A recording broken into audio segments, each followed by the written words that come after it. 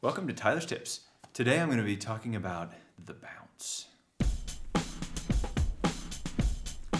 Okay, so what is the bounce? What I'm talking about is bouncing light off of things. It's one of the best and easiest ways to manipulate the light.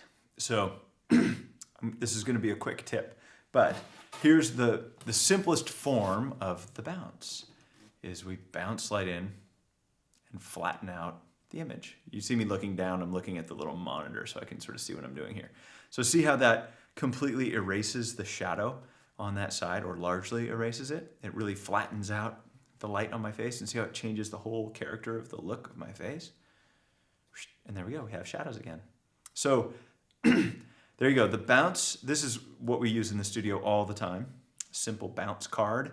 This is just a piece of foam core. When we're out on location, we use the same concept. We use reflectors and we bounce light all the time. But one of the best ways you can use the bounce is opportunistically.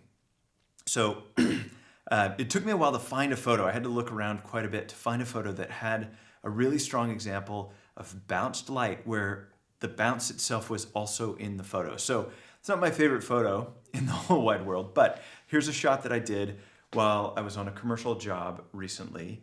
And the purpose of this photo was to document a high school student in the architectural context. So I was hired by the architectural firm telling the story of the architecture, but they built this big outside awning and they wanted to show how the kids interact there. And this kid turned and gave me a really cheesy smile, which is very endearing and I love it.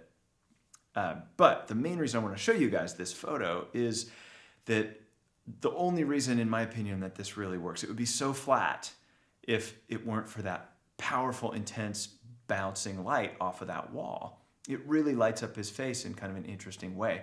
Otherwise, he'd just be, sort of backlit a little bit in the shade, and it would be super duper flat light, and it wouldn't be as interesting an image. But in this case, because of the way the bounce is working and that light, it kind of makes it more interesting. So anyways, I shot this photo very specifically expecting to benefit from that bounce when I took the photo. And I took a bunch of different photos of different kids kind of using that bounce. And this one, the bounce itself is in the frame. So that's why I wanted to show it to you guys, because it really shows how it is. But you can utilize that technique and most of the time when I utilize that technique, I don't have the thing in the photo that the light is bouncing off of. Typically it's out of frame. So it's harder to show photos where that happened, where it really shows it. But anyways, there's an example for you. When you're out there shooting, look for opportunities where you can use bounced light, because it's often really, really good and can be very interesting in a photo. Or if you need to, bring your own bounce. That can really help too. So there you go. I hope that was a useful little tip.